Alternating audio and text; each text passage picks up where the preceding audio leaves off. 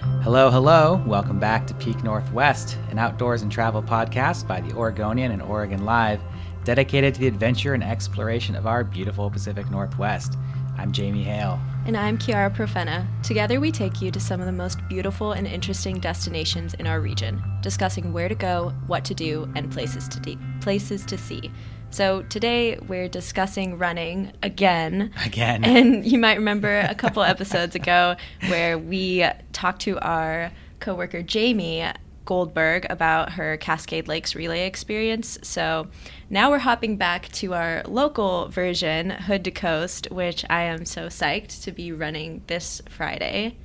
You are like the latest in a string of Oregonian reporters and employees who have run the Hood to Coast and who have come on this podcast to talk about it. So this is something that I have never had any interest in doing, but I'm fascinated by talking to those of you who do. So I'm really excited to hear now your first time doing Hood to Coast, right? Yeah. So I'm actually really excited because we have the perfect guest to talk about this today, and that is Cristian Vargas, and he is kind of my coach, kind of my teammate, but he is 100% the founder of Juntos PDX and Caminando Running Club, and he is starting the first Hood to Coast team with Caminando Running Club. So thanks for joining us, Cristian. No, thank you for having me, guys. Well, so first of all, let's talk a little bit about Hood to Coast. What for those of us who don't run Hood to Coast, and for folks who may not know about it, what are we talking about? What's the distance? What's the style? What's the race? It's 196 miles from Mount Hood to Seaside. And when you think about it, you're like, oh man, that's a lot of miles. No, it is a lot of miles. So we're not running that alone. You run that, it's a relay. So you run that with 12 runners in total, but you split 6 and 6 in two different vans. So you have van 1 where they'll run their first, the first leg of the miles, and then you have van 2 who will run another portion of the miles. But then you switch throughout the process up to, I believe, if I'm not mistaken, up to 32 times within a 24-hour plus period. So Yeah. It's just like a constant flow of running, of passing the baton. So an individual runner might run how many miles? Man, it varies. So you're looking at between, again, this just varies on the leg. So you're running between 3 and 7 miles. Total, one person will run at the end of the whole relays. One person will run 19 to 20 miles. When you put it like that, that seems maybe pretty doable. But I imagine you're doing maybe some in the middle of the night, or the weather, might be in the blazing sun, or there's other factors that might affect how grueling this race can be. Oh, 100%, especially snow. So there's been a couple Hood to Coast where some folks have actually had to run in the snow. But if I may, it's crazy though, because you just never know what's going to happen, the weather. So the first time I did it, I was told that, oh yeah, you're going to have fun, and the weather will just be sporadically random. All right, cool. So there was a portion of the race where, oh my goodness, it was my first time running, and there was another running in the team that I was in. It was also her first time running, and her first leg, I remember giving a handoff. Not me, but seeing a handoff. I'm sorry. Let me go ahead and correct myself. Seeing the handoff from one of our teammates to her, and this was her first leg, officially her first leg. She was pumping, excited, and from a distance we saw a dark gray cloud just coming in, and we're like, yo, that thing looks hideous, it's coming this way. So runners were pointing at the sky, blah blah blah, so I'm thinking no way, they're gonna just wait until the rain chills. So she gets the handoff, and as soon as we get into the van, we just start seeing rain, and then we just started seeing hail, and it was just 100% pouring within a spur of at least 40 seconds. And I felt bad, the whole team felt bad, because we're man, that's her first leg, this is crazy. So along the way, you're driving up to go to your next checkpoint, and when you're driving up, you see the runner right next to the car in a way, because you're going up the hill, but you're driving towards where they're going. And oh my goodness, the first minute and a half of just that, she was drenched, she was just cold. I'm sure she was cold, but again, you have all this adrenaline rush that doesn't even face you. But I'm thinking, I'm in the Mhm. car, I'm like, I'm dry, I'm like massaging my legs, and we're all dry in the car, and I'm just thinking like, dang, this is crazy. So that gave me a full-on experience of the type of weather that you hit. And oddly enough, like when you're in Mount Hood and Sandy, you're hitting cold weather. But then when you come to Portland, like I don't know, where it's just like you go from 50 degrees to then like now 90 degrees. So then after that, you go to the beach and it gets cold because of, it being windy and cloudy. But you get this whole like spectrum of a Mhm. season. So if you guys want to come and experience like all the weather life can provide, then come to the coast.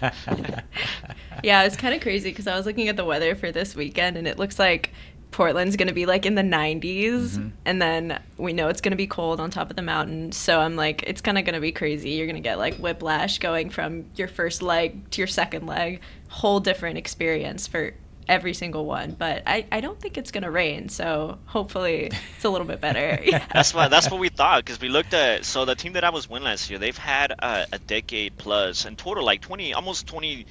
I'm sorry, 2 decades, not 20 decades. Well, that's a lot. Almost 2 decades of experience, and they had it like from second to second down to the weather when the weather's gonna come in. And I remember our lead said, "It's the clouds are gonna come in around this time." And I'm like, "Nah, this guy's not a weather guy." And then he was not wrong. Like he was off by a little bit, but he wasn't wrong. So he got that down, and we were like, "Oh my gosh!" So Wow. yeah, even though it said it wasn't going to rain, like he knew what would happen along the way. He just said, "Don't listen to the weather. There's gonna be some rain." He like guaranteed that, and we just didn't know who was gonna get the rain, and then we found out who. Wow.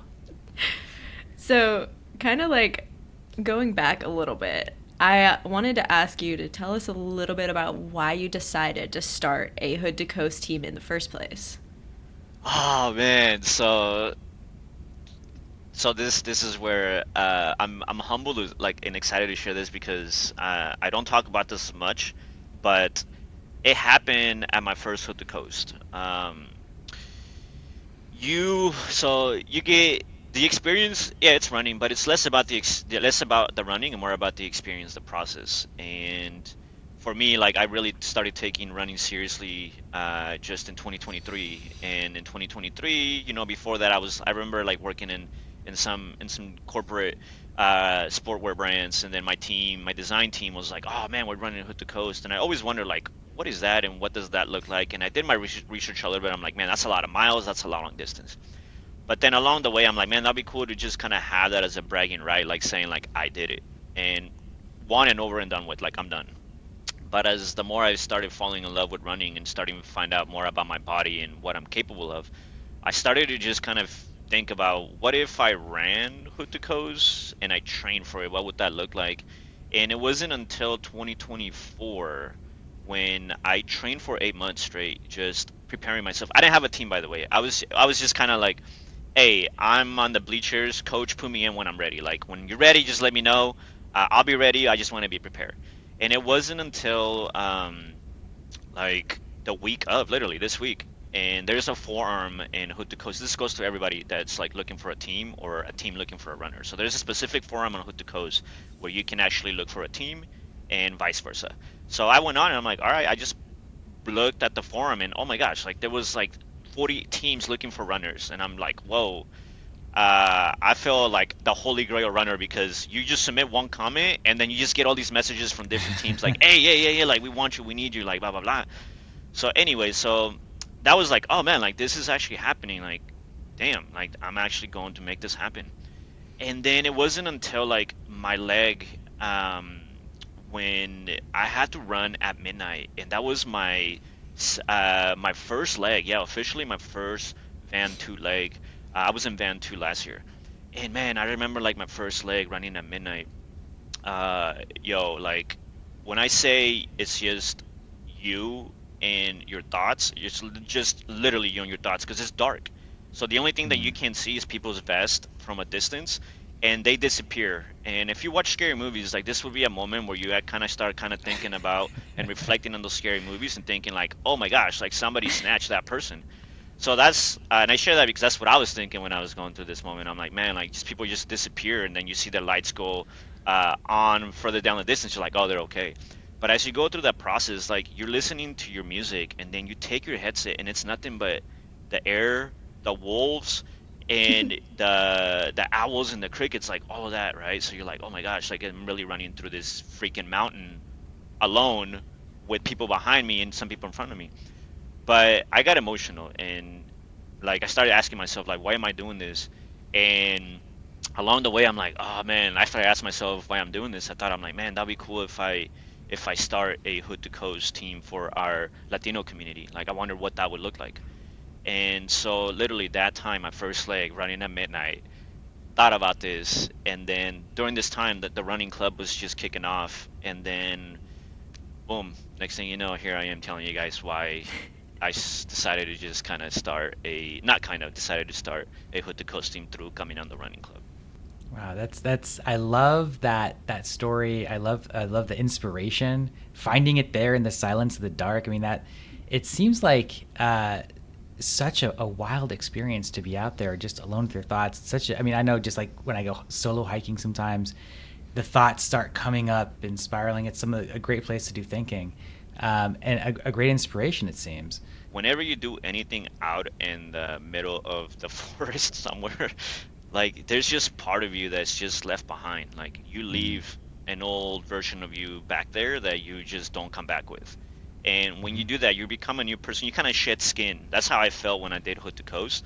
And I felt like, okay, if I start a Hood to Coast team, I left part of me back there, and I wouldn't mind coming back the following year and so on and so forth and visiting that old me to kind of just reemphasize and think like, you thought about it, you made it happen. Here is what you thought about, and it's happening, it's going by you. And that's for me was like very, it's very like emotional, but then also like the emphasis on why I do a lot of things that I do is just sometimes I think about like something so random and might be outrageous to some people, but then if I believe it and I see it, then I'll try to accomplish it however I can. But just the most important part is, like you said, it's just, when you're out there by yourself, like you just think about the most crazy things. And if you are out there, then you just kind of start thinking about ways of making something happen. And yeah, for me it was that, like just leaving somebody behind, myself, like part of me behind, and then thinking about how can I inspire other people to go through that experience and see that it's not about the run and more about the experience and the effort, the resilience and the consistency and the commitment that you put in to be part of this process, and for you to succeed and use that experience to apply to anything you want in life. I love this perspective because I feel like when we've had people come on and talk about Hood to Coast, a lot of it is so often about the challenge, the pushing your body to its physical capabilities and all these things. What I'm hearing from you is that there's like this like emotional, spiritual experience you're having out there, the shedding of the skin, like you said, like leaving something behind. That's like really profound. So I hear that you're saying you're sort of bringing this to your community and your Hood to the Coast team. Why is that experience so important to bring to that community from your perspective? Ah, man, that's a beautiful question. Like, how much do we have time left? I mean, it's so hard. It's so like I would love to honestly like expand more on this, like truly, honestly, outside of this more with you, Jamie, and because Kiara kind of knows a little bit more about me, but for you in general, like I would love to expand more on it because for the time, for time for consideration, what we have, it's kind of tough to put into like 5 minutes. I feel like this could be a whole podcast episode, but it's because like, and I'll make it short. Like it's because of more specifically the moment that we're going through right now. Like the political environment that we're facing is very BS, and it's very against communities that, even though we're immigrants, like we're putting in some work and some effort and we're doing some dope stuff. Like literally, like we're doing some dope stuff. And one of the things is one of these, like creating a team to inspire others, because we want to make people understand. We want to help, not make, but we want to help people understand that just because we're brown, just because we're Latinos, does not change the fact that we have the same capabilities as everybody and anybody else. Like the only thing that's dividing us is color. And we want to help people understand that just because we're different color, speak a different language, doesn't mean that we don't deserve a space in the sport of running. Like we can also belong here, but a lot of times like the spaces that are built, it's not that they're not for us. I'm not going to go ahead and just say that because that's not really true. Is that there is no tradition. There is no tradition that we can connect with. Like for me was going to these all these different running clubs, and I respect what they're doing. It's awesome because they're doing the same thing that we are, but the big difference is that there was no tradition. Like there was nothing that was connecting us to those, well, for me specifically, to those run clubs. So I figured, like, you know what, like we have tradition, we have culture. How can we build and connect more of our community outside of just work, outside of family gatherings, like something where they feel physically motivated to do good for themselves? And that's what pushed me, because I did it for myself, my family has done it for themselves, and for me it was just like, how can I bleed a little bit into that to my community to help them see and understand, like, yo, like, doesn't matter your body size, you can literally make something happen. Step one is always the toughest, and for me it's always that, like, pushing people to just understand and see beyond what they're capable of, because you never know unless you take the first step. And the first step is always a challenging one, because you're coming out of your comfort zone. And if you always stay on your comfort zone, in my opinion, you are not growing physically, mentally, and emotionally, because you're always in a stable line. Like you're always on a flat line, and you have to be going up and down, up and down. And sadly, a lot of times when you go through these moments and these emotions and these pivots, you're going down more than you're going up. But the going down part is required and necessary for you to understand and believe more about yourself, because nobody else is going to believe in you than yourself. And for me, is that, like, if you don't believe in yourself that you can walk or you can run, heck no. Like, I'll support you in that because I've been there. I know how that feels, and I want to be that person that pushes people to see the better in them. And that's, for me, it's just kind of like the more of just helping people, like, see a better version of themselves, of who they were last year, who they were yesterday, and start creating that person so they can be that person in the next year, 5 years, decade, and so on and so forth. So I hope that I answered your question. And like I said, like, this can go on for like another podcast, but just to, like, make it solid and just short, that's what, like, that's my mindset, and that's why I do what I do with the people that I do it with. And I can like vouch for that. Just being part of your team, Christian, I feel like I've changed so much as a person in the last 8 months. So I think like that mental endurance that you keep pushing on us is definitely doing something. It's definitely changing my brain chemistry.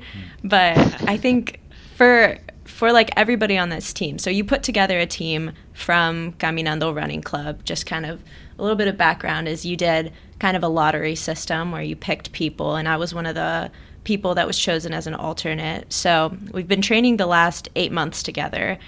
And can you tell us a bit about how you decided to push us and kind of create this training plan? Because you had a really like ambitious plan from the start. So tell us a bit about like how you put us through that. Um, so I've coached before, but I haven't coached in this magnitude. I've coached my daughter's soccer team for like 3 years, and it was awesome because I love pushing people to a certain standard, right? And again, like, when you do that, when you push people out of your comfort zone, people are going to swim against the wave, and that's part of the process. People are not going to be wanting to be part of that vision or wanting to be part of that program or that process, and that's totally fine. But I came in with that mindset already right off the get-go. Like, I'm going to push you guys to your limit, to where you're probably going to hate me at the end. You're probably not going to talk to me at the end, but that's completely fine, because I'm not here for you guys to like me. I'm here to push you guys out of your comfort zone so you guys can use that and apply it to however you want in your life. And that's what the mindset that I came in with. And like, one of my favorite movies to watch is Remember the Titans. And oh my gosh, like, Denzel Washington, when he coached that team, he made it clear, like, I'm not here to play. We're gonna get to a certain, this is our North Star. We're gonna get there however we need to get there, but you need to follow this step and we'll get there. You guys are not gonna like it, and that's completely fine. But if you're not with it, you need to, jump off the ship and swim to the island on your own, or we're gonna get there as a team, right? So like just going through those, watching those movies and then being inspiring. I'm like, man, and having a coaching experience with coaching kids. Oh my gosh, like it was just helping like mentally me. I'm like, I'm gonna help you guys. I'm gonna push you guys. You guys, the journey is gonna be the process, the experience, but once we get there, you'll understand and you'll see a different you.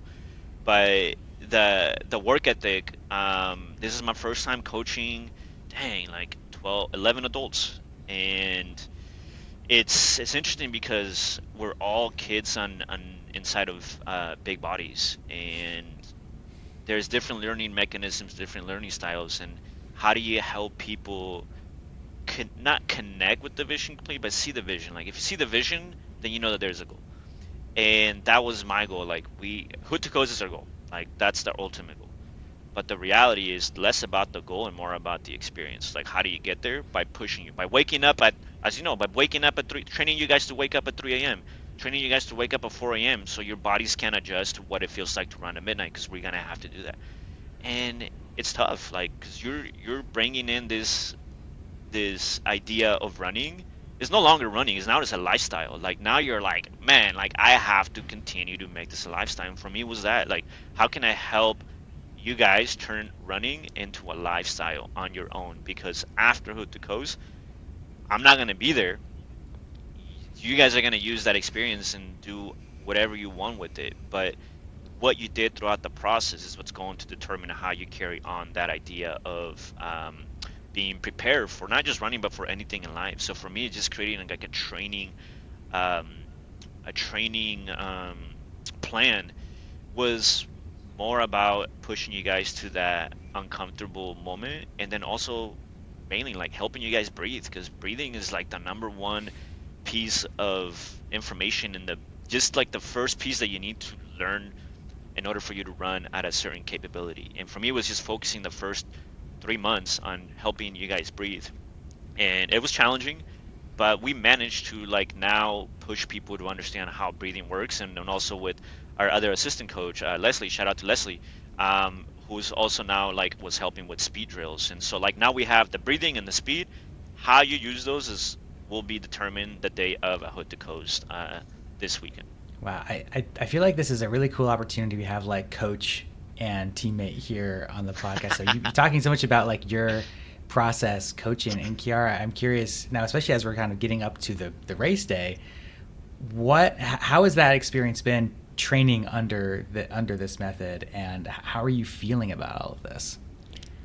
I feel like it really pushed people, and I think to some it might have been almost like over preparedness, but it really helped to give me like confidence. I don't feel nervous at all. I feel like I'm gonna kill it. Like there's no worry in my mind about running those like 5, 6, 7 miles that I'm gonna have to do on each of my legs.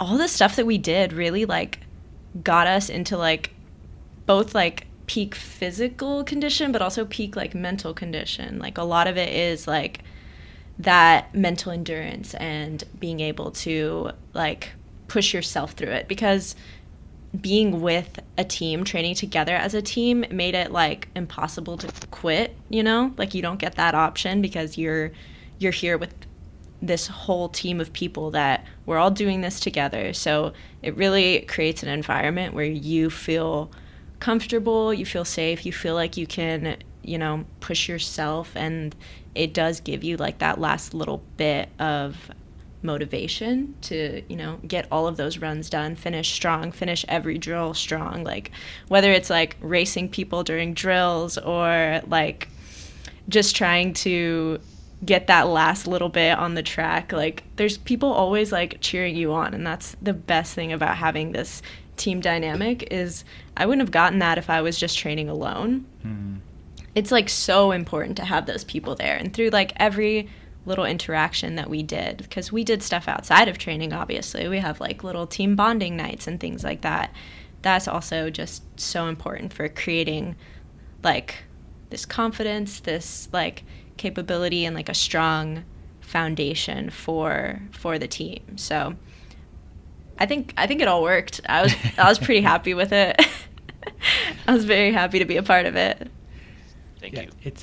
it's interesting. I feel like when I think about a foot race, if I'm like watching the Olympics and I'm watching a foot race, like the goal is to win the race. And if you don't win the race, then you've like lost the race.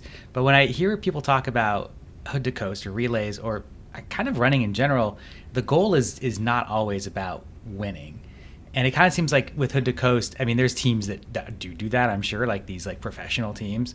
But like, what is the goal? If you were to sort of sum up what the goal of your team is, and maybe you too, Chiara, like what is the goal of this hood to coast? I mean, I think the goal was just like having this team and creating this environment and this community for me. Like, I think Christian has like a saying that he printed on our shirts about like the actual, I'll let you say it so I don't butcher it, but it's more about like the process of getting to it than the actual goal. Like, kind of share a bit about that, Christian. Yeah. I was like, I hope you butcher that. I hope you do. No, but the saying is la meta es easy. So la meta means like the goal. Like the goal is easy. The challenging part is the finish line. Like the la meta is easy. The goal. I'm sorry. The la meta is easy. The goal is consistency. So the finish line is easy, but the ultimate goal is consistency. Because if you think about it, like oh man, getting to your North Star, like you put it on the map, it's there. But how do you get there is being consistent with the process and the things that you're doing. Um, and the more consistent you are with it, now it becomes a habit. And then once it becomes a habit, now it becomes part of you, where you just like now randomly waking up at like 6 a.m. and like, oh, I gotta go run.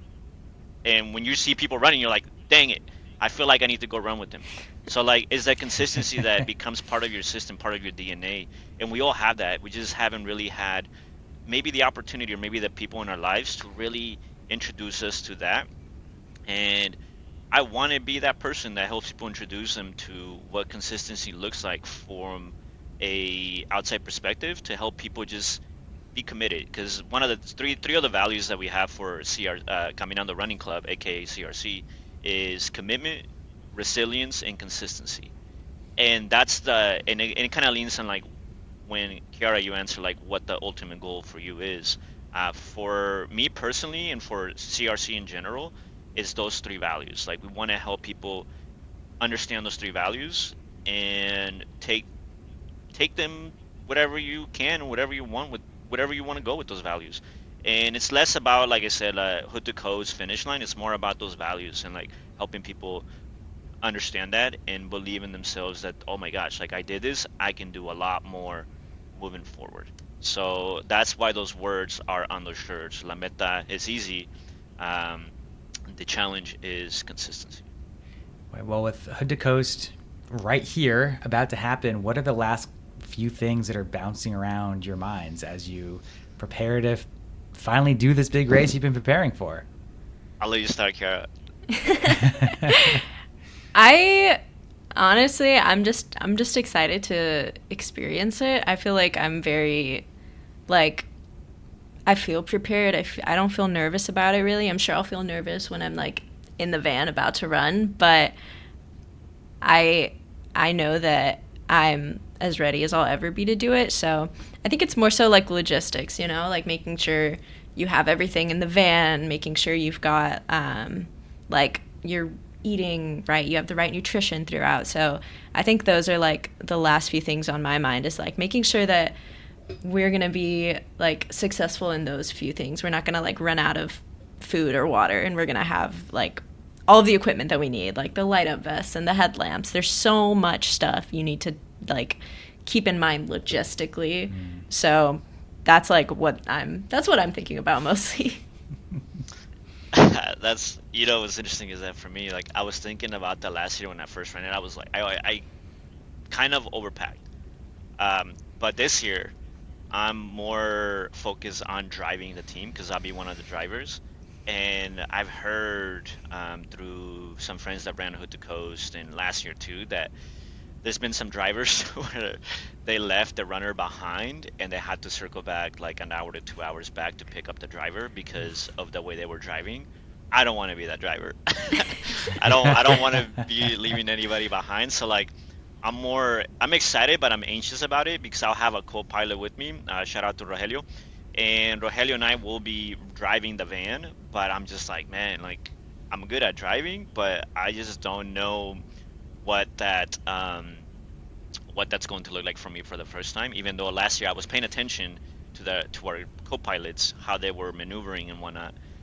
But when you put yourself on the pilot seat, then it's just really you and figuring out like what's gonna happen next. So that's what I'm mainly just kind of focusing. The training, I'm ready to go. Also, like I use Hood to Coast as like my warm up for Portland Marathon. So I'm ready for that. Like I've been ready for that for a while now, but I'm just like now more focused on driving the team and getting them on time and making sure that we have like our times aligned with what we estimated it to be.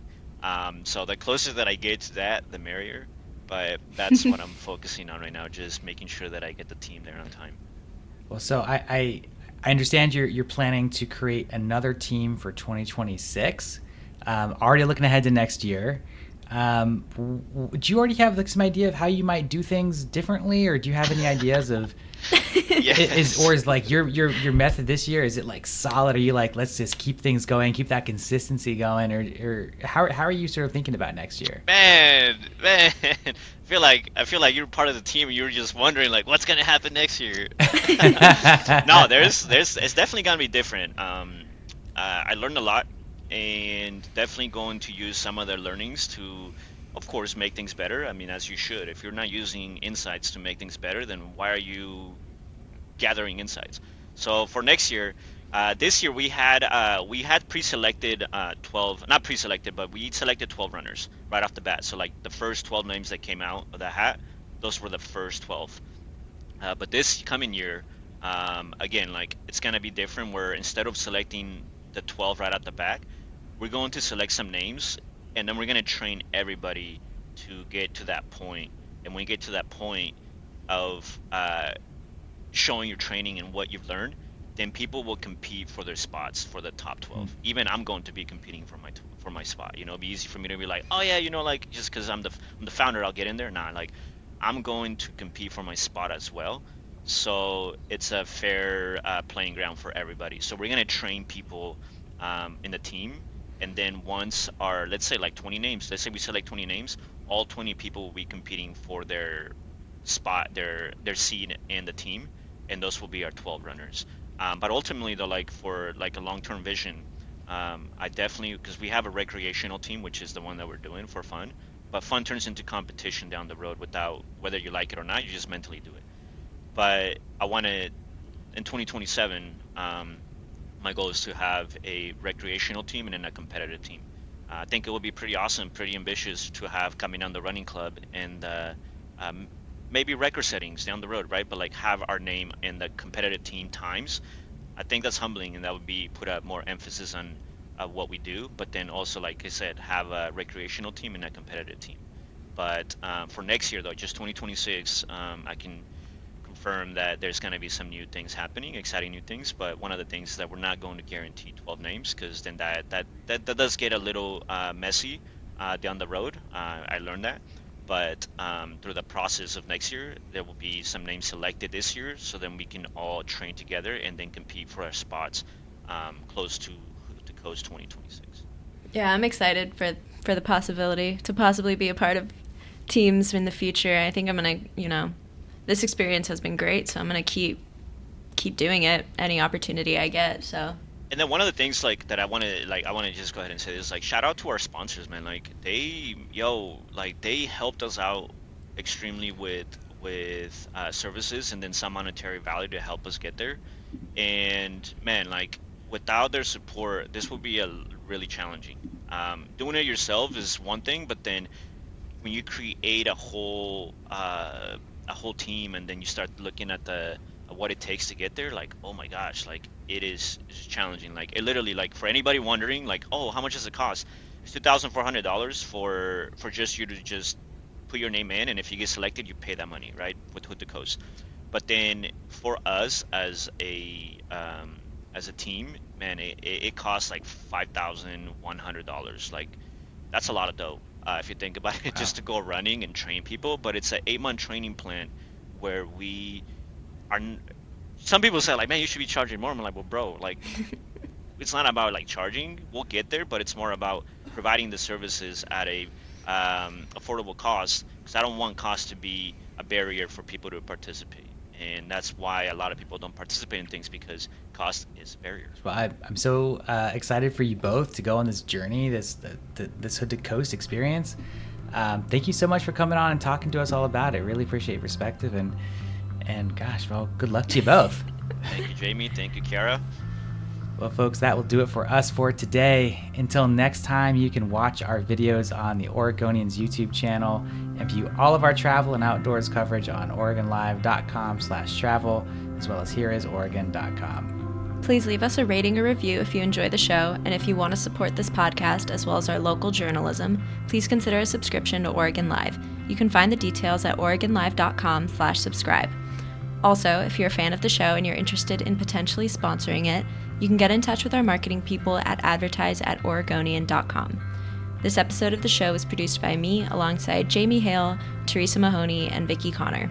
Stay safe and happy travels, everyone. Until next time, we leave you with this 10 seconds of Zen.